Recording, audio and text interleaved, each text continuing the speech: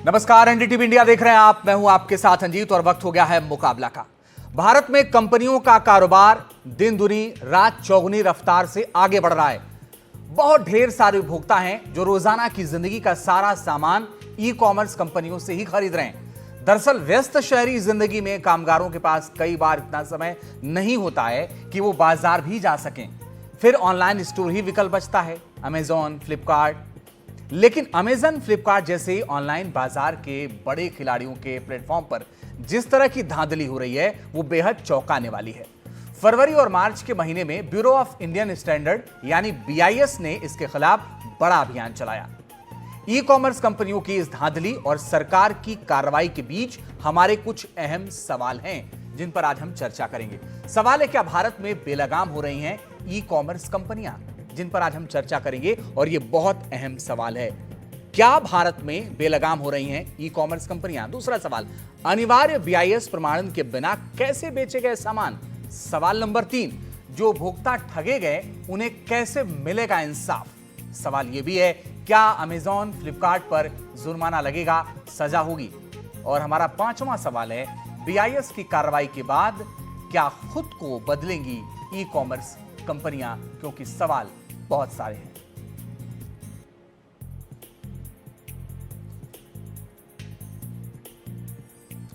और इसी पर बात करने के लिए मेरे साथ संचिता मुखर्जी हैं, अर्थशास्त्री हैं। देश रत्न निगम साहब जुड़ रहे हैं, जो कि वकील हैं सुप्रीम कोर्ट के। ब्रजेश गोयल साहब, चेयरमैन सीटीआई। और साथ ही मेरे साथ प्रवीण खंडेलवाल साहब जुड़ रहे हैं, सेक्रेटरी जनरल सीआईटी इंडिया और मेंबर ऑफ पार्लियामेंट भी हैं। वेद जैन साहब जुड़ रहे हैं, अर्थशास्त्री हैं। बहुत स्वागत है सर आपका। पहला सवाल प्रवीण खंडेलवाल साहब आपसे, बीआईएस ने जो जानकारी दी, जो छापेमारी हुई, इसमें बहुत सारे सवाल उठे और उसके बाद ये कहा गया कि भाई ये क्या हो रहा है। मैं आपके पास आऊं उससे पहले मैं वेद जैन जी के पास जाना चाहूंगा। वेद जैन साहब, ये क्यों हो रहा है?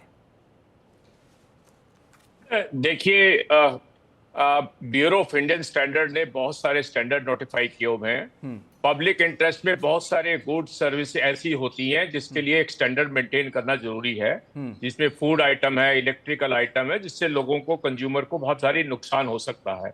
तो उसके लिए कोई भी प्रोडक्ट इंडिया में आप बेच नहीं सकते जब तक वो उस स्टैंडर्ड के लेवल का नहीं हो।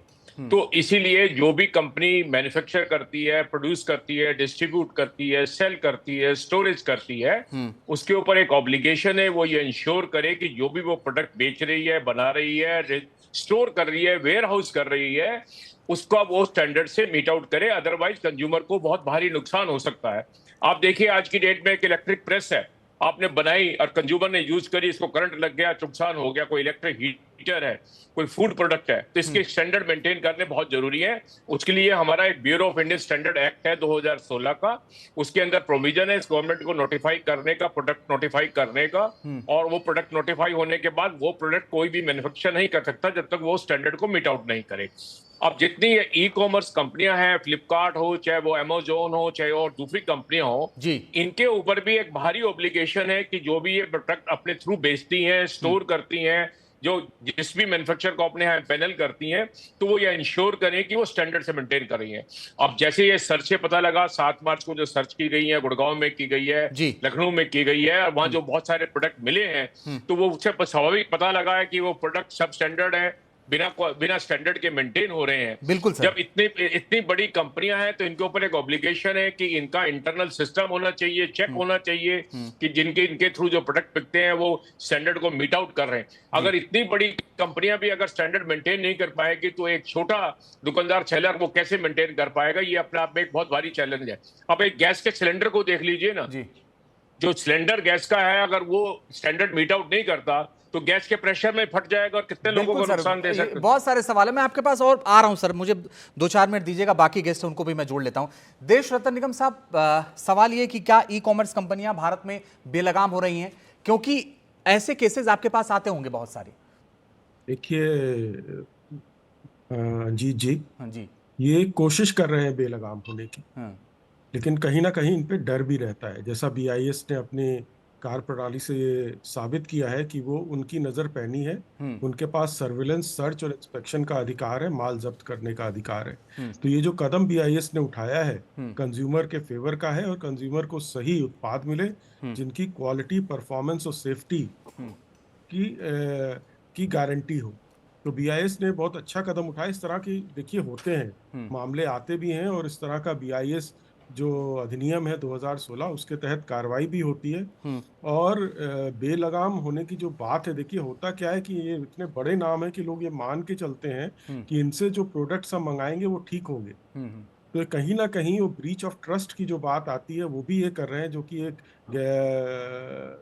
फौजदारी मामला बन जाता है। दूसरा, इस अधिनियम में भी बहुत सारे ऐसी चीजें हैं जो कि एक डिटरेंट का काम करती हैं, जो इस तरह की जो कंपनियां हैं। मैं ये मानता हूं कि वो कोशिश कर रहे हैं जिससे उनका प्रॉफिट बढ़ जाता है, सस्ती चीजें लेते हैं। ये उनकी जिम्मेदारी है कि जो भी प्रोडक्ट वो अपने यहाँ से भेजें उसकी सही तरीके से जांच कर लें कि बीआईएस स्टैंडर्ड, सर्टिफिकेशन और लाइसेंस के मानकों को वो पूर्ति करता है कि नहीं। ठीक है सर, मैं आपके पास हूँ। मेरे साथ प्रवीण खंडेलवाल भी जुड़ गए हैं, सेक्रेटरी जनरल सीआईटी इंडिया और मेंबर ऑफ पार्लियामेंट भी हैं। प्रवीण खंडेलवाल जी, बहुत स्वागत है। आप तो पार्लियामेंट में भी हैं, बाहर भी हैं। ये बताइए, आपके यहाँ जो सामान आ रहा है वो बीआईएस प्रमाणित है या नहीं है? देखिए, ये बड़ी दुखद स्थिति है कि जब से ये ई कॉमर्स कंपनियां ने देश में अपना कारोबार किया है, ये सारी कंपनियां इंडिया को बनाना रिपब्लिक समझती हैं और इसलिए ये हमारे कायदे कानूनों की परवाह नहीं करती। ये पहली बार नहीं है। अमेज़न के प्लेटफॉर्म से अफीम पकड़ी गई, उनके खिलाफ कार्रवाई हुई। कंपटीशन कमीशन ने 202 करोड़ रुपए का उन पर जुर्माना किया और अभी पिछले हफ्ते दिल्ली हाई कोर्ट ने 340 करोड़ रुपए का जुर्माना उनके ऊपर किया। लेकिन उसके बावजूद ये इस सारे खेल में शामिल हैं कि जो नॉन स्टैंडर्ड प्रोडक्ट्स हैं ये उनको बेचते हैं और इसके लिए इन्होंने शेल कंपनियां बना रखी हैं। यहाँ पर यह बात जानना बहुत महत्वपूर्ण है कि क्या ये वास्तव में व्यापार करते हैं जी। ये व्यापार नहीं करते। ये केवल और केवल वैल्यूएशन का गेम है जिससे इनके प्लेटफॉर्म पर फुटफॉल ज्यादा कैसे हो और इनका अमेरिका में या जिस देश के भी ये लोग हैं वहां पर इनका वैल्यूएशन कैसे बने जी। इस मामले को लेकर के भारत सरकार ने बहुत कदम उठाए हैं और उसी कदम की श्रेणी में बीआईएस ने ये सारे अभी सर्च और रेड किए हैं और अभी आने वाले समय में और भी ऐसे होंगे। लेकिन निश्चित रूप से इसके लिए एक बहुत ही कोडिफाइड कानून की जरूरत है। ये लोग बड़े बड़े वकील हायर करके और कानूनों के जो लूप होल्स है ये उससे बच के निकलना चाहते हैं। अब हमको ये तय करना है कि ये हमारे जो स्मॉल रिटेलर्स हैं, और खाली ये अमेज़न, फ्लिपकार्ट नहीं है, ये क्विक कॉमर्स की भी जितनी कंपनियां हैं ये सारी कंपनियां भी इसी खेल में शामिल हैं।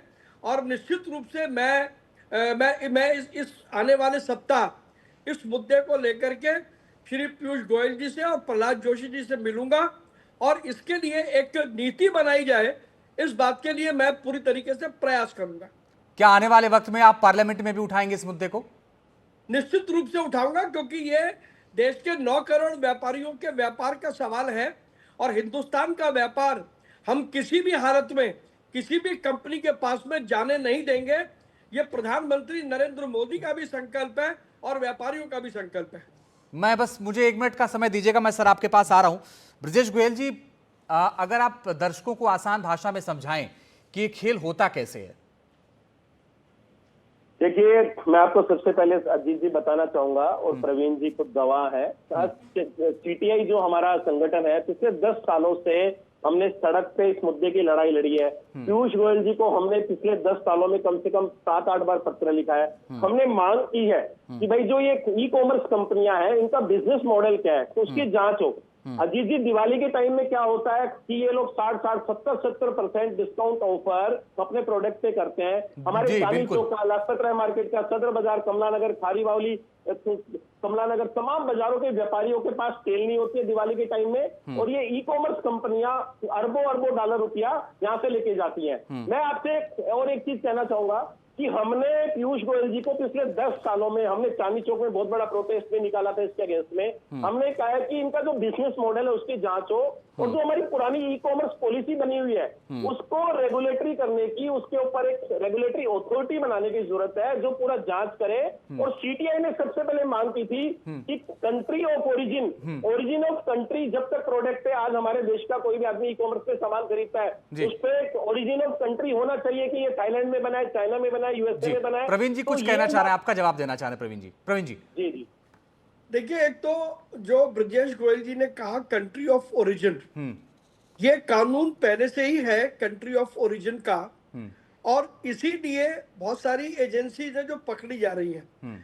बहुत सारे मुकदमे देश में चल रहे हैं, लेकिन जैसा मैंने आपसे कहा, ये बड़े वकीलों की मदद लेकर के और कोर्टों में इन मुद्दों को लंबा खिसका रहे हैं। अभी कर्नाटक हाई कोर्ट में केस चल रहा है, दिल्ली हाई कोर्ट में केस चल रहा है, एनसीएलटी के अंदर इनके ऊपर केस चल रहा है, कंपटीशन कमीशन में इन पर केस चल रहा है, सुप्रीम कोर्ट में भी इनके ऊपर केस चल रहा है। लेकिन कानून, क्योंकि कहीं ना कहीं ये उस कानून की आड़ लेते हैं, बाकायदा पॉलिसी बनी है, बाकायदा सारी चीजें बनी हैं, लेकिन ये कंपनियां, अब जो जरूरत ये है कि इन कंपनियों को एक टाइम फ्रेम के अंदर या तो ये कहा जाए कि ये हिंदुस्तान के कानूनों का सम्मान करें, और जो ना करे तो उसको हिंदुस्तान से बाहर का रास्ता दिखाया जाए, वो बहुत जरूरी है। नहीं, लेकिन आपने कहा सर कि जो देश के बड़े वकीलों से मदद लेकर के, देखिए जब भी कोई मदद तभी कर पाएगा जब कानून में कहीं ना कहीं लचीलापन होगा। तो क्या आपको नहीं लगता कि पहले उस लचीलापन को बेहतर कर लिया जाए? और आप तो आवाज बहुत पहले से उठाते रहे। अजीत जी, अभी कुछ दिन पहले ही कंज्यूमर अफेयर्स मिनिस्ट्री ने उसके ऊपर कुछ डॉक्यूमेंट तैयार किया है।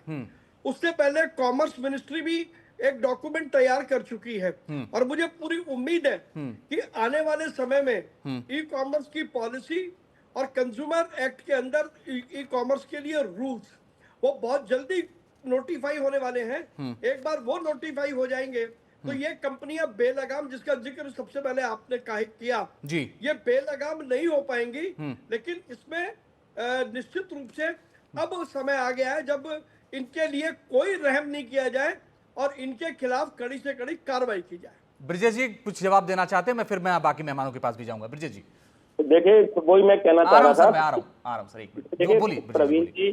प्रवीण जी अभी पिछले 1 साल से हमारे माननीय सांसद भी हैं, और कैट के माध्यम से प्रवीण जी ने भी पिछले 20 सालों में, मुझे याद है, बहुत अच्छे से मीडिया के माध्यम से उठाया। लेकिन बात वही है कि 10 साल से भाजपा की सरकार केंद्र में है, पीयूष गोयल जी मंत्री हैं, और हमने बहुत बार उठाया, तो बहुत देरी हो चुकी है। एक्चुअली 10 साल बहुत लंबा पीरियड होता है। पीयूष गोयल जी को चाहिए कि ये जो पुरानी ई कॉमर्स पॉलिसी है जिसके हम बदलाव की मांग प्रवीण जी ने भी की और हमने भी की है, इसमें बहुत जरूरत है बदलाव करने की। इसके बिजनेस मॉडल की जांच हो, एक रेगुलेटरी अथॉरिटी कमीशन बनाया जाए तो पूरा ई कॉमर्स कंपनियों के बिजनेस मॉडल को नियंत्रण रख के उनके ऊपर, जैसे प्रवीण जी ने कहा कि ओरिजिन ऑफ कंट्री का कानून तो बना हुआ है, लेकिन अभी वो इम्प्लीमेंट नहीं हो पा रहा, उसका कोई मतलब सिर पैर नहीं है कि कोई चेक करने वाला, चेक एंड कंट्रोल है। तो वही मैं कहना चाह रहा हूँ, ये प्रॉपर देश में बहुत जरूरत है, नहीं तो ये ऐसे धड़ल्ले से हमारा जो रिटेल कारोबारी है, दिल्ली का कारोबारी, जैसे में दिल्ली में हम लोग देखते हैं, यहाँ हमारे मार्केट खाली पड़े हैं, सेल नहीं है, और सारा पैसा, सारा बिजनेस है ई कॉमर्स कंपनियां हमारे व्यापारियों को लेके जा रही हैं। ठीक है सर, बने रहिए, मैं लौट रहा हूं आपके पास। लेकिन बड़ी अहम बात कही है ब्रजेश जी ने, और ये कहा कि आने वाले वक्त में कैसे इसको चेंज करेंगे। और कानून की बात तो है, कानून तो है, लेकिन वो वेजन साहब आप कुछ कहना चाह रहे, बोलिए सर। एक डिबेट ये है कि ई कॉमर्स कंपनियां जो ये काम कर रही हैं और छोटे व्यापारियों का जो रोजगार छीन रही हैं और जो कानून का पालन नहीं कर रही हैं। लेकिन जो दूसरा सवाल जो आज की डिबेट में आपने उठाया है, वो सवाल है कि बीआईएस के स्टैंडर्ड कैसे इंप्लीमेंट किए जाएं, बिल्कुल और सर। क्या वो माल बाजार में बिक रहा है। क्योंकि ये फ्लिपकार्ट हो, चाहे अमेजोन हो, चाहे कोई डोमेस्टिक ई कॉमर्स कंपनी हो, जो ये माल बेच रही है वो इंडियन मैन्युफैक्चरर का ही माल बेच रही है कि जो यहाँ मैन्युफैक्चर हो रहा है और जो प्रोड्यूस हो रहा है। तो सवाल है कि हमें उपभोक्ता की चिंता करनी है कि उपभोक्ता जो है आज की डेट में, उसके हाथ में जो प्रोडक्ट जा रहा है, चाहे वो मिल्क प्रोडक्ट है, चाहे फूड प्रोडक्ट है, चाहे वो इलेक्ट्रिकल प्रोडक्ट है, चाहे कोई और आइटम है, जिससे कि उसको नुकसान हो सकता है। क्योंकि standard, bureau of Indian standard का काम है स्टैंडर्ड नोटिफाई करना, ताकि उपभोक्ता कंज्यूमर को किसी भी तरह से उस प्रोडक्ट के ऊपर नुकसान नहीं हो सके, क्षति नहीं हो सके। और जो ये सर्च हुई है 7 मार्च की, वो mainly bureau of Indian standard ने इसी बात को ध्यान में रख के की है कि भाई आप जो माल बेच रहे हैं उसको उपभोक्ता को उसको यूज करते समय, जैसे मैंने कोई मिल्क पाउडर लिया, बिल्कुल, कि कोई आइटम आई और वो मैंने खा लिया या यूज कर लिया, जो उससे मैं नुकसान पहुंचा, स्टैंडर्ड का नहीं आया। इसी तरह से मैंने कोई गैजेट्स खरीदा, ये खरीदा, उसके बारे में जो वर्किंग आई है, जो और जो प्रोडक्ट नोटिफाई किए गए हैं, तो इन सब कंपनियों की, ई कॉमर्स कंपनी की जिम्मेवारी बनती है कि वो ये इंश्योर करें कि जो इन्होंने प्रोडक्ट अपने यहाँ स्टोर किए हैं, वेयर हाउस किए हैं, बेचे हैं, वो इंडियन स्टैंडर्ड से के स्टैंडर्ड को मीट करते हैं। तो इन कंपनियों को अपने यहाँ इन हाउस ये सिस्टम लाने पड़ेंगे, स्ट्रॉन्ग करने पड़ेंगे कि कोई भी माल जो बिना स्टैंडर्ड का नहीं है, स्टैंडर्ड का नहीं है, वो ये ना स्टोर करेंगे ना ये बेचेंगे। क्योंकि माल जो प्रोड्यूस होके आ रहा है वो भी मैन्युफैक्चर और से इंडियन मैन्युफैक्चर से मैन्युफैक्चर होके आ रहा है, तो कहीं ना कहीं उसको गैप को करने की है। और साथ के साथ जो आज की डेट में स्टैंडर्ड इंप्लीमेंट करने के लिए भी हमें साधन अपग्रेड करने पड़ेंगे, क्योंकि हमारे जो medium and small scale industry है, जैसे प्रवीण जी कह रहे हैं और दो और व्यक्ति गोयल साहब भी कह रहे हैं, हमें जो हमारे उन लोगों को सपोर्ट करना है जो हमारे स्मॉल मैन्युफैक्चर हैं, स्मॉल स्केल इंडस्ट्री वाले हैं, मीडियम स्केल वाले हैं, कि वो अपने स्टैंडर्ड को कैसे अपग्रेड करें ताकि वो जो बीएसआई ने स्टैंडर्ड मीटअप किए हैं उनका प्रोडक्ट उस स्टैंडर्ड को मीट आउट करे। इलेक्ट्रिकल केबल है बनती है, केबल में आग लग जाती है, अगर हीटर ज्यादा लग जाएगा, उसके स्टैंडर्ड मेंटेन नहीं होंगे। बिल्कुल। तो इसलिए ये वो सबसे ज्यादा जरूरत ये है कि दोनों चीजों की, एक जो उपभोक्ता है उसको ध्यान में रखा जाए, मेन मुद्दा है उपभोक्ता को ध्यान में रखने का ताकि उसको नुकसान नहीं पहुंचे। ठीक है, मेरा सवाल देशरतन जी आपसे है, क्योंकि मैं देख रहा था कि सामान जो है वो water heater, food mixer, room heater, stove, न जाने क्या क्या, इतने सारे सामान हैं कि मैं गिनाने लगूं तो 1 घंटा बीत जाएगा और उन सामानों की लिस्ट खत्म नहीं होगी सर। अब जिनके घर पे वो सामान होगा सर, मुझे नहीं पता, मैंने ही बहुत सारे सामान मंगाए और मुझे ये नहीं पता वो BIS प्रमाणित है या नहीं है। पहली बात तो ये, मैं कैसे समझूं कि BIS प्रमाणित है? दूसरा, जिनके घर वो सामान पहुंचा उनको अब न्याय कैसे मिलेगा? देखिए अंजीत जी, सबसे पहले कंज्यूमर का अवेयरनेस बढ़ाना बहुत जरूरी है, क्योंकि उनकी अवेयरनेस ना होने के कारण ये गलतियां वो करते हैं, वो सामान खरीद लेते हैं। इसमें BIS केयर ऐप करके है, जिसमें आप जाएं और कोई अगर सामान खरीद रहे हैं उस तरह का, तो वहां पर उनके ऐप से आपको पता लग जाएगा कि उस ऐप को सर्टिफिकेट मिला है या लाइसेंस है कि नहीं है। तो ये अगर वो वहां से देख लेंगे तो वो हो जाएगा, लेकिन इससे पहले उसकी अवेयरनेस स्कूल और कॉलेज के लेवल पर अगर आप शुरू कर दें और पंचायत के लेवल पर गांव में और शहरों में अगर इस तरह के कार्यक्रम किए जाएं, जिससे कि अगर अवेयरनेस बढ़ती है तो सबसे पहले उसका फायदा कंज्यूमर को ही मिलता है। दूसरा, इसको रोका कैसे कैसे जाए? सवाल पुलिस है में सर। आप एक शिकायत कर सकते हैं, पुलिस में, और कंज्यूमर कंप्लेंट डाल सकते हैं। BIS अधिनियम के तहत भी आप कंप्लेंट कर सकते हैं, जिसमें 1 से 5 साल की सजा है, 2 लाख रुपए का जुर्माना भी है। अगर दोबारा अगर वही व्यक्ति अगर इस तरह का अपराध करता है या इस तरह का नकली सामान बेचता है तो और भी उसमें सीरियस कार्रवाई हो सकती है। हाँ, मैं ये समझता हूँ कि इस कानून को और सख्त किया जाना चाहिए। अगर 1 या 2 या 3 बार अगर कोई इस तरह का अपराध बार बार करता है तो उसको बैन कर दिया जाना चाहिए, कितनी से बड़ी कंपनी हो, और सजा का प्रावधान ज्यादा बढ़ाना चाहिए, क्योंकि अगर डिटरेंस नहीं होगा तो ये बार बार करते रहेंगे। तो इस पे सरकार को और हमारे संसद को ये सोचना चाहिए कि जो सजा के प्रावधान वगैरह हैं इनको थोड़ा बढ़ाया जाए, और अगर 2 या 3 बार से ज्यादा अगर वो इस तरह की चीजें में लिप्त पाए देशरतन जाते जी, हैं। मैं एक सवाल पूछना चाहता हूं सर। मैं कोई प्रोडक्ट इसलिए नहीं दिखा रहा हूं, फोन और वगैरह बहुत सारी प्रोडक्ट हैं यहाँ, मैं इसलिए नहीं दिखा रहा हूं कल को कंपनियां कहते हैं भाई हमने तो सही भेजा था। मैं एक सामान्य कागज की बात कर रहा हूं, या इसको कोई प्रोडक्ट मान लेते हैं। मान लीजिए कि मैंने प्रोडक्ट ऑर्डर किया और ये प्रोडक्ट BIS प्रमाणित नहीं है। ये मैं दोबारा इसलिए पूछ रहा हूं ताकि दर्शकों को क्लियर हो जाए। वो कैसे ये तय करें कि साहब ये प्रोडक्ट जो उन्होंने मंगाया है वो सही है? इसका तरीका क्या है? एक बार फिर से दर्शकों को आप बताएं। देखिए, इसका सबसे बड़ा तरीका है कि BIS केयर ऐप है, उसमें जाएं और उस प्रोडक्ट के बारे में जानकारी वहां दी गई है और स्टैंडर्ड दिए गए हैं। इससे ISI मार्क होता है, अगर सर्टिफिकेट, और लाइसेंस नंबर होता है। यहाँ ये भी देखा जा रहा है कि गलत लाइसेंस नंबर के साथ लिख दिया कुछ भी नंबर और बेचे जा रहे हैं, तो वो आप वहां से प्रमाणित कर सकते हैं BIS केयर में जाके। और फिर भी अगर आपके पास अगर आ गया है, प्रोडक्ट लेने से पहले अगर आप गलत प्रोडक्ट आ गया है, तो आप पुलिस में कंप्लेंट कर सकते हैं, कंज्यूमर कोर्ट्स में जा सकते हैं, और BIS अधिनियम के तहत वो शिकायत दर्ज कर सकते हैं, जिसमें जुर्माने का और सजा का प्रावधान भी है। प्रवीण खंडेलवाल जी, इतना आसान है क्या सर कि पुलिस में शिकायत कर दें या कंज्यूमर में शिकायत कर दें तो तुरंत न्याय मिल जाए? कितना लंबा लड़ना पड़ता है सर उसके लिए? देखिए, ज्यादा लंबा इसमें नहीं है। दो बातें मैं बहुत ध्यान से इस पूरी बहस को सुन रहा था। हमारी सरकार की कंज्यूमर अफेयर्स मिनिस्ट्री एक लंबे समय से न केवल कंज्यूमर्स के बीच में बल्कि प्रोड्यूसर्स, स्मॉल प्रोड्यूसर्स, सबके बीच में एक अवेयरनेस का कैंपेन चला रही है। उस अवेयरनेस के कैंपेन में सिविल सोसाइटी का ज्यादा से ज्यादा पार्टिसिपेशन हो, एक तो ये बहुत जरूरी है। ठीक है। दूसरा, अगर किसी कंज्यूमर को अगर खराब माल मिलता है तो कंज्यूमर कोर्ट उसका पहला ऑप्शन है।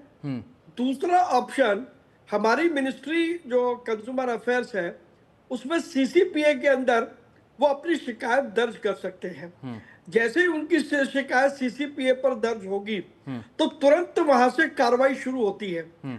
थोड़ा इसमें बताना, अक्सर थोड़ा ये भी है कि कंज्यूमर भी थोड़ा लेथार्जिक है, अरे यार अब ये हो गया, अब हम क्या करें। तो कहीं ना कहीं हमें कंज्यूमर की उस सोच को बदलना है कि with in the parameters of your spending, अगर आपने 100 रुपए खर्च किए हैं तो आपका अधिकार है आपको 100 रुपए की क्वालिटी वाला माल मिले। तो ये कंज्यूमर को भी हमें अवेयर करना होगा और जो प्रोड्यूसर्स हैं उनको भी अवेयर करना होगा। और सरकार के बहुत सारे मैकेनिज्म हैं, बहुत से लोगों को उसकी जानकारी नहीं है। अगर वो मैकेनिज्म की भी जानकारी लोगों तक पहुंच जाए तो मैं समझता हूं इन कंपनियों की हिम्मत नहीं होगी ये करें, लेकिन क्योंकि लोगों को इसकी जानकारी नहीं है इसलिए ये सर, मैं प्रवीण खंडेलवाल जी, मैं माफी के साथ आपको बीच में टोक के सवाल पूछ रहा हूं। आपने बिल्कुल सही कहा कि जो लोग सामान खरीद रहे हैं वो थोड़े इस मामले में आलसी हैं कि सामान लिया तो वो नहीं कंप्लेन करते हैं। आपने कहा भाई 100 रुपए का सामान लिया तो आपको कंप्लेन करना चाहिए, आपका अधिकार है। साहब 100 रुपए बचाने के चक्कर में उसका टाइम, उसका पैसा सब बर्बाद होगा, पहली चीज। दूसरी चीज, क्या सरकार ये नहीं कर सकती कि भाई अगर ये नकली सामान बेचोगे तो जेल जाओगे, कोई कानून तुम्हें नहीं बचा पाएगा, और अगर बचाएगा तो उसके ऊपर सख्त कानून बनाएंगे, नहीं बेच पाओगे तुम हिंदुस्तान में। क्या हम नकली फ्री सामान हिंदुस्तान नहीं बना सकते? अजीत भाई, ये सारे कानून हैं। हाँ। और अभी जो भारतीय दंड न्याय संहिता के अंतर्गत जो कानून आए हैं उनमें भी ये प्रोविजन है। प्रश्न सिर्फ इतना है कि लोगों को जानकारी ना होने की वजह से लोग स्केपगोट बनते हैं। जो मेरे पास बहुत से ऐसे किस्से हैं जो लोग मुझे अप्रोच करते हैं या कैट पे अप्रोच करते हैं तो उनको पैसे वापस मिलते हैं। अभी एक किस्से में एक मैं नाम नहीं बताऊंगा, एक कार खरीदी गई, पहले दिन वो कार खराब हो गई, 15 दिन लगे, कंपनी को कार दूसरी देनी पड़ी। अगर आप लगेगी ना, और तो हमारी जो एसोसिएशंस हैं ये उनकी भी जिम्मेदारी है। बिल्कुल सही है, बिल्कुल सही है। कैलाश जी, कैसे लगेगी लगाम? जी देखिए, मैं पूरा सुन रहा था और मैं कैट में मोबाइल डिवीजन को हैंडल करता हूं, तो मुझे उसकी ज्यादा जानकारी है। मैं उससे रिलेटेड आपको 2-3 बातें बताऊंगा। अभी सीसीआई की इन्वेस्टिगेशन रिपोर्ट आ गई। पहले तो हम ब्लेम करते थे या हम उनके ऊपर क्वेश्चन करते थे कि ये लोग इस तरह की धांधलियां कर रहे हैं जिससे कंज्यूमर का नुकसान हो रहा है और दुकानें बंद हो रही है करके। बट ये हमारी जो भी ब्लेम या क्लेम जो हम करते थे वो सीसीआई की रिपोर्ट में आ चुकी है और उसमें क्लियर मेंशन किया कि ये अमेजॉन, फ्लिपकार्ट, जो बड़ी बड़ी कंपनियां हैं, जो सैमसंग है, वीवो है, शाओमी, उनके साथ कोल्यूजन करके ये लोग इस तरह की धांधलियां कर रहे हैं। और दूसरी बात, जब एक परसेप्शन है जो इसमें कंज्यूमर फंसा हुआ है कि अमेजॉन, फ्लिपकार्ट दुनिया की सबसे बड़ी कंपनियां हैं और वो सस्ता माल दे रही हैं। और जब हमने आवाज उठाई, ब्रांड के साथ बात की, तो सैमसंग ने, वीवो ने, शाओमी ने, रियलमी ने, इन सब कंपनियों ने इंपॉर्टेंट अनाउंसमेंट लिखत में हमको दिया है कि ये कंपनियां प्री फाइनेंस, सब standard, pre activated, counterfeit, refurbished, used phone बेच रही है। ये इन्होंने लिखित में दिया है और ये कंज्यूमर खरीद रहा है। वो कैलाश जी एक मिनट जी, इन पे लगाम ऐसे नहीं, कैलाश जी 1 मिनट सर, बहुत महत्वपूर्ण बात है, पर मैं उसी सवाल को आपके आगे बढ़ा दे। जैसे मान लीजिए कि ये प्रोडक्ट हमने आपसे लिया दुकान पर जाकर के, और यही प्रोडक्ट मैंने ऑनलाइन मंगाया। ये प्रोडक्ट हमें 10 रुपए का लिया आपसे और यही प्रोडक्ट हमने लिया 6 रुपए का ऑनलाइन। तो आप ये कह रहे हैं कि जो हमने ऑनलाइन प्रोडक्ट मंगाया वो आपको लिखित में मिला है कि साहब ये खराब है, ये रिपेयर हुआ है, ये गड़बड़ है, इसलिए कम में मिला? जी हाँ, बिल्कुल यही लिखा हुआ उसमें, यही लिखा हुआ उसमें जी कि ये इसलिए आपको कम में मिल रहा है कि ये प्री यूज फोन है, रीफर्बिश फोन है, काउंटरफिट फोन है, या प्री फाइनेंस या प्री एक्टिवेटेड फोन है, इसीलिए आपको सस्ते में मिल रहा है करके। अब इन पे लगाम ऐसे लगेगी कि जैसे मैंने नहीं, अब इसके बाद तो सवाल मेरा, तो फिर कंपनियां लिखती क्यों है कि ये नया है? कंपनियां नहीं लिख रही है तो अमेजॉन फ्लिपकार्ट लिख रहा है। हाँ, क्यों लिख रहे हैं सर? ये बेवकूफ बना रहे कंज्यूमर को, अपना धंधा बढ़ाने के लिए कर रहे हैं, क्योंकि उनको उस तरह की जैसे पेनल्टी नहीं होती। जैसा आप देखिए कि खेल के अंदर कोई भी अगर कुछ टेम्पर्ड करता है बॉल को या कुछ भी नियम के अगेंस्ट जाता है, उनको सस्पेंड करते हैं। इनको एक दिन के लिए आप सस्पेंड कीजिए अमेजॉन फ्लिपकार्ट को, दुनिया में न्यूज बन जाएगी और इनकी अकल को ठिकाने लगेगा। अब जैसे सीसीआई की जो रिपोर्ट है, इसके सामने ये चलेगा कोर्ट में, जो प्रवीण जी बोल रहे हैं कि ये कोर्ट में चले जाते हैं या बड़े बड़े वकील आके इनके साथ खड़े हो जाते हैं करके, तो उसमें 2-3 साल निकल जाएगा। और आपने जैसा बोला, कंज्यूमर ने तो भरोसे से खरीद लिया और उसने अब खरीदना भी बंद कर दिया। तो इन्होंने नया तरीका का लूपहोल निकाला है। अभी रिसेंटली 3 दिन पहले मुझे पता चला कि एक कंपनी ने 5 लाख फोन फ्लिपकार्ट के साथ डील किया। वो फ्लिपकार्ट कंपनी ने पुणे में किसी के साथ डील किया, मतलब कंज्यूमर ने नहीं खरीदा, उसने एग्रीगेटर को बेच दिया और एग्रीगेटर ने ग्रे मार्केट में डाल दिया। तो ग्रे मार्केट में जितना भी मोबाइल फोन बिक रहा है वो फिर वापस कंज्यूमर खरीद रहा पैक बिल के साथ, या उसके ऊपर जीएसटी नहीं भरा जा रहा, या उसको सर्विस नहीं मिलेगी। तो ये बहुत सारे लूपहोल्स के ऊपर ये लोग खेल रहे हैं और कहीं ना कहीं स्ट्रिक्ट लॉ आना चाहिए, रेगुलेटर आना चाहिए। और जैसा प्रवीण जी ने कहा है, डेफिनेटली वो इसको संसद में भी उठाएंगे। हाँ, उन्होंने कहा कि मैं पार्लियामेंट में इस मुद्दे को उठाऊंगा और इसके ऊपर एक्शन होगा, इसका पूरा विश्वास है हमें। तभी कंज्यूमर बचेगा, तभी दुकानदार बचेगा, तभी इकोनॉमी बचेगी। वेद जैन साहब, ये तो बहुत गंभीर बात कह रहे हैं कैलाश जी। उन्होंने कहा कि बड़ी बड़ी कंपनियों ने लिखित में उनको दिया है कि क्यों सस्ता सामान मिल रहा है, और आप उन वेबसाइटों पर जाइए तो कहा था साहब नया सामान है ये तो। देखिए, अगर अजय जी ऐसी बात है तो ये पूरी चीटिंग का केस है बिल्कुल। हाँ। ये तो एक फ्रॉड है। अगर आप माल बेचते हैं ये कह के कि ये नया माल है मेरा, और फ्रेश माल है और कंपनी प्रोड्यूस माल है, और बाद में अगर आप जो जैसे कैलाश जी बता रहे हैं कि जो माल के सर्टिफिकेट दे रहे हैं कि हमने माल बेचा वो रीफर्बिश्ड है या उसको रीस्ट्रक्चर करके किया, तो फिर तो एक बहुत बड़ा फ्रॉड है कैच करने का। तो सवाल यही है जो आपके आज की डेट में मैं तो कंज्यूमर की तरफ से देखता हूँ, बिल्कुल चिंता सबसे ज्यादा है कि कंज्यूमर जो करता है तो उसके दो काम है। जैसे खंडेलवाल साहब ने कहा कि 100 रुपए का सामान दिया तो मेरे 100 रुपए की वैल्यू की प्रोडक्ट मिलना चाहिए। दूसरा, जो मुझे प्रोडक्ट मिलना चाहिए मेरे उसके ऊपर कोई रिस्क नहीं होना चाहिए, क्योंकि ब्यूरो ऑफ इंडियन स्टैंडर्ड का जो मेन उद्देश्य है कि वो रिस्क को मिनिमाइज करना, कि रिस्क नहीं होना चाहिए। अब इसके बारे में आपने जो दूसरा सवाल पूछा कि कानून आज की डेट में भी है, कानून पूरा सख्त है आज की डेट में, जेल का भी प्रावधान है करने का। और आपने पूछा कि 100 रुपए वाला आदमी क्यों जाएगा, तो प्रवीण खंडेलवाल जी ने आपकी बात का जवाब ठीक तरह से दिया कि देखिए, कंज्यूमर को एक्टिविज्म तो करना पड़ेगा।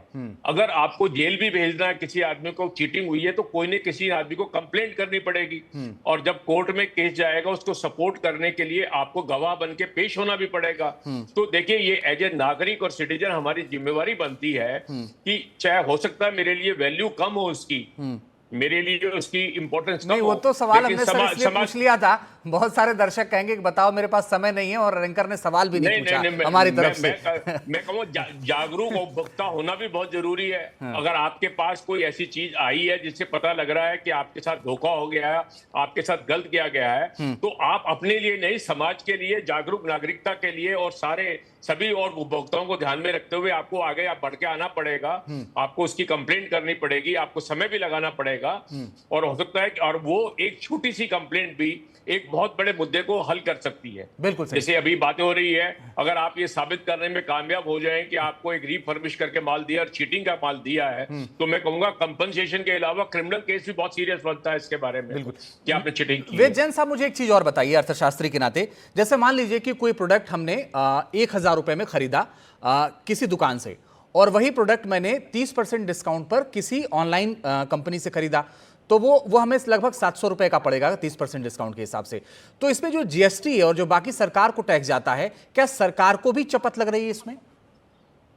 नहीं, देखिए, सरकार को चपत नहीं लंबानी जाएगी। अगर आप 700 रुपए का बेच रहे हैं तो स्वाभाविक है जीएसटी 12% हो या 18% हो, वो उसी के ऊपर लगेगा और वो जीएसटी कंज्यूमर से ही रिकवर होगा। अगर आपने प्रोडक्ट खरीदा, जी आप खरीदते हैं और किसी दुकान वाले पे जाके कहते हैं आप 2 दुकान को ले लीजिए, एक दुकान वाला एक प्रोडक्ट 1000 में बेच रहा है और वो 12% का अगर जीएसटी लगाएगा तो आपसे 120 रुपए एक्स्ट्रा लेगा और वही प्रोडक्ट हो सकता है बराबर वाली दुकान वाला 700 रुपए में बेच रहा हो तो वो आपको 84 रुपए लगाएगा। तो इसी तरह से अगर ई कॉमर्स कंपनी 700 में बेच रही है तो जीएसटी की शपथ नहीं है उसके बारे में। लेकिन ये अपने आप में एक सवाल है कि वो जो प्रोडक्ट एक दुकान पे 1000 का बिक रहा है तो वो ई कॉमर्स वाली कंपनी 700 रुपए में कैसे बेच पा रही है। ये अपने आप में ये लार्जर सवाल है। ठीक है, ब्रिजेश जी बोलिए सर। देखिए, मैं अंजीत जी, मुझे याद है लगभग 7 साल पहले इसी मुद्दे पे आप ही के चैनल पे मैं इसी तरह के लाइव शो में था। तो मैं फिर बोलना चाहूंगा, क्योंकि सीटीआई दिल्ली के 700 मार्केट एसोसिएशन, 56 इंडस्ट्रियल एरिया और दिल्ली के 20 लाख व्यापारियों को हम लोग रिप्रेजेंट करते हैं। पिछले 10 साल से हम चीख के पुकार के बोल रहे हैं कि ये जो पूरा ई कॉमर्स कंपनियों का बिजनेस मॉडल है पूरी तरह से फ्रॉड मॉडल है, बहुत बड़ा स्कैम है ये। देखिए, मैं गवाह हूं क्योंकि मैं खुद पूरे 365 दिन पूरे बाजारों में घूमता हूँ, व्यापारियों के बीच रहता हूँ, तो मुझे पता है कि कैसे नेहरू प्लेस में हमारे जो लैपटॉप के मोबाइल के व्यापारी हैं उनका काम धंधा कैसे ठप कर दिया, करोल बाग में मोबाइल वाले, शूज वाले, बेल्ट वाले, इलेक्ट्रॉनिक वाले, उनका कैसे कारोबार ठप कर दिया। और ये कोई छोटी काम नहीं है कि दिवाली के मौके पे 60-70% बड़ी कंपनियों के उसमें डिस्काउंट दे देते हैं। तो ये क्या इनका बिजनेस मॉडल है? पूरा बिजनेस इन्होंने हमारे रिटेल कारोबारियों का, हमारे छोटे छोटे व्यापारियों को खत्म करके उनको कंपटीशन से बाहर कर दिया है। तो इसलिए मैं कहना चाहता हूं, जैसे आपने प्रवीण जी ने भी कहा कि भाई व्यापारी का किसी ने बेल्ट ली, किसी ने मोबाइल लिया, किसी ने कपड़े लिए, जूते लिए, नकली निकल गया, खराब निकल गया, वो थका के बोलता कि मैं कहाँ जाऊंगा। हम लोग बार बार बोलते आ रहे हैं कि भाई एक हेल्पलाइन नंबर राज्य वाइज हो। जैसे दिल्ली शहर में दिल्ली की अलग अलग अगर 30 राज्य है मान लो, तो हर राज्य का एक अलग से आयोग बने, कमेटी बने या उसका एक हेल्पलाइन नंबर हो। मतलब दिल्ली का एक करोल बाग या रोहिणी में कोई व्यक्ति बैठा है, उसको सामान गलत मिला तो उसके पास पता है कि भाई मैं ये इस नंबर पे कंप्लेन करूं, ये एक कमेटी है जो इस पे एक्शन लेगी। एक्चुअली दिक्कत क्या है, कानून सारे बने हुए हैं, लेकिन इम्प्लीमेंट कुछ भी नहीं हो रहा। धड़ल्ले से ये कंपनियां बिजनेस मॉडल का उल्लंघन करती जा रही हैं और 10 साल से हम लोग चिल्ला के थक गए कि पीयूष गोयल जी एक्शन लीजिए। तो आज एक्शन हुआ है तो समझ में आया है, ये तो धड़ल्ले से पिछले 10 सालों से सब चलता ही आ रहा है। अंजित जी भाई, देश रत्न निगम जी, सर मैं इनकी बातों को सुन के मुझे बड़ी हैरानी हुई जो कैलाश जी ने बातें कही हैं। आपने सुना उनकी बात, उनका लिखित में कंपनियों ने दे दिया कि हम ऐसा सामान बेच रहे हैं और वही सामान अपने घर पे हम नया समझ के माना। कोई ऐसा सामान नहीं है सर जो इसमें मैं पूरी लिस्ट देख रहा था, पूरा घंटा बीत जाएगा सर, वो खत्म नहीं होगा सामान, इतना है। क्या इनको सजा होगी? अब तो सवाल यहाँ है। देखिए, सजा हमारे जैसे कंपनी लॉ में भी है और भी कंज्यूमर एक्ट में भी है।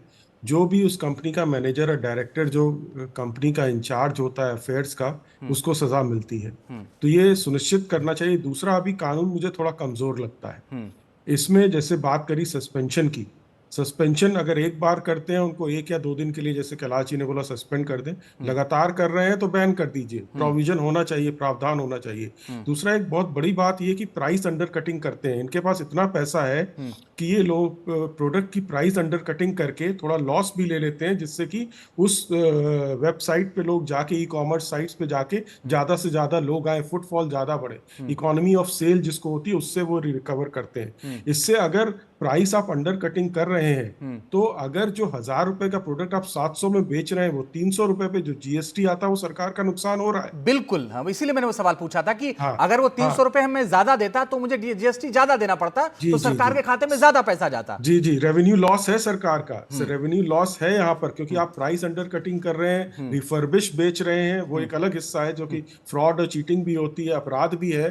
तो मैं ये समझता हूँ कि जो 2 साल की सजा, इसको बढ़ा के कम से कम 10 साल कर देना चाहिए, तभी वो डिटरेंस के रूप में काम करेगा। जब तक आप सख्त नहीं करेंगे, कंज्यूमर अवेयरनेस, ये सारी चीजें अपनी जगह सही है, वो चलती रहेंगी साथ साथ। लेकिन लॉ का जो काम होता है प्रिवेंटिव भी होता है, क्यूरेटिव भी होता है। प्रिवेंटिव वो तब है कि जब वो डिटरेंस के रूप में काम करेगा, क्यूरेटिव तब है जब वो अपराध कर चुका है, फिर उसको सजा मिलती है। अपराध ना करें, इसके लिए कानून को और सख्त बना के उसे इंप्लीमेंट करना बहुत जरूरी है। देश रतन जी, मैंने आज जितने भी सवाल पूछे हैं वो जो आम आदमी के मन में वो पूछे हैं। अब एक सवाल आम आदमी की तरह मेरे मन में और है, जो कैलाश जी और प्रवीण जी कह रहे थे। जैसे मान लीजिए मैंने कोई 500 रुपए का कोई सामान मंगाया सर, और BIS प्रमाणित वो सामान नहीं है। मैं अब आपके पास जाऊंगा, मैं कहूंगा कि सर ये सामान हमारा खराब है, आप इसको केस दायर कर दीजिए, तो पैसा तो हमारा उससे ज्यादा खर्च हो जाएगा ना भाई, मुझे आपकी फीस भी देनी है, फिर आप कागज भी बनवाएंगे। तो इससे अच्छा आदमी को लगता है कि नहीं ठीक है छोड़ दो। मैं ये आम आदमी की तरह सवाल पूछ रहा हूं आपसे। नहीं, देखिए, इसका मैं आपको जवाब देता हूँ। कंज्यूमर एसोसिएशंस हैं, हाँ। कई बार वो उनके बिहाफ पे अवेयरनेस का भी काम करती हैं और केस भी फाइल करती हैं। ऐसे हमारे पास आते हैं, तो वो हम लोग करते भी हैं, ऐसा नहीं है कि नहीं करती। जो पे कर सकता है उससे लेते भी हैं, जो नहीं भी करता है वो भी करते हैं हम लोग, ऐसा नहीं है। बहुत सारा हम लोग प्रो बोनो काम भी करते हैं। और लीगल एड में भी आप जा सकते हैं, जैसे दिल्ली में भी और जगह जगह लीगल एड भी है। वहां पर अगर जाएं तो वहां पर भी आपको, लेकिन आपको ये वहां पे देना पड़ता है सर्टिफिकेट की आप अफोर्ड नहीं कर सकते जी। तो कंज्यूमर एसोसिएशंस हैं जो कि केस दायर करा करती हैं कंज्यूमर के बिहाफ पे। लेकिन हाँ, मैं मानता हूँ आम आदमी के लिए ये थोड़ा सा मुश्किल का काम है कि 1000 रुपए के सामान के लिए वो 10,000 रुपए खर्च कर देते, ऐसा नहीं होता। इसलिए मैं ये कह रहा हूँ बार बार कि लॉ एज अ डिटरेंस, जिसको डिटर करने के लिए कि आगे वो ना करें, कि उनको ऐसी चपत लगे कंपनी को कि 5 दिन के लिए अगर सस्पेंशन हो गया, उनका करोड़ों का कारोबार रुक गया, तो वो अपने आप सीधे हो जाएंगे और सजा, ठीक है, आप ठीक कह रहे हैं। सजा का प्रावधान। जब मैंने ये सवाल पूछा था आम आदमी की तरह, तो कैलाश जी और वेद जैन जी दोनों लोग मुस्कुरा रहे थे। तो मैं एक एक सवाल दोनों से ले लेता हूँ। वेद जैन जी पहले आप बोल लीजिए, फिर कैलाश जी बोलेंगे। देखिए, आपने बड़ा अच्छा सवाल पूछा, क्योंकि आपने वकीलों के बारे में पूछा, तो मैं भी वकील प्रैक्टिस करता हूँ। देखिए, प्रो बोनो वकीलों को बहुत सारा काम करने की आवश्यकता होती है, करते भी हैं हम सब लोग। और उन्होंने, जैसे देश रतन जी ने बताया, हर हाई कोर्ट के साथ एक लीगल सेल है, एडवाइजरी सेल है जो करता है। कंज्यूमर की बहुत सारी एसोसिएशन है। अगर ऐसा कोई व्यक्ति आता है तो साधन है, इच्छा होनी चाहिए, मोटिवेशन होना चाहिए कि मुझे इसको लॉजिकल एंड पे ले जाना है। होता क्या है कि आप चुप होके बैठ जाते हैं, बैठ के मतलब चुप होके एक्टिव हो जाइए, आपको कोई ना कोई मदद करने वाला मिल जाएगा। बहुत सारे सीनियर एडवोकेट भी हैं जो प्रो बोनो बहुत काम करते हैं इस पर। ठीक है कैलाश जी, जल्दी से सर। जी देखिए, सीधा सा इसका जवाब यही है, अगर वाकई कंज्यूमर कंप्लेंट करता तो शायद ये कंपनियां इस तरह की धांधली नहीं करती। बिल्कुल सही और उनके ऊपर या सिंपल है। और बहुत कुछ है कहने के लिए, अगर अगले प्रोग्राम नहीं आप बिल्कुल आप बोलिए सर, बोलिए थोड़ी देर तो आप बोल ही सकते हैं। देखिए, स्मार्टफोन जितना भी फ्लिपकार्ट अमेजोन बेच रहा है, उसमें से 80% ग्रे मार्केट में जाता है, बिकता है। और ये कंपनियों के सीईओ ने अपनी मीटिंग में एक्सेप्ट किया है। उनका कहना कि आपका रिटेलर क्यों खरीदता है करके। हमने कहा जब आप डिस्ट्रीब्यूटर को नहीं देते हो और सिर्फ अमेजोन फ्लिपकार्ट पे जाके माल डाल देते हो और उसके पास कस्टमर आता है और उसकी रोजी रोटी 2-3 फोन बिकने से होती है और वो भी आप उसका पेट मार रहे हो, तो वो खरीदता है करके। तो आप वहां देना बंद कर दीजिए। तो उनको अपनी नौकरी बचानी, उनको अपने इंसेंटिव सैलरी लेना, उनकी अपनी फैमिली है, वो वहीं तक उनकी जिम्मेदारी।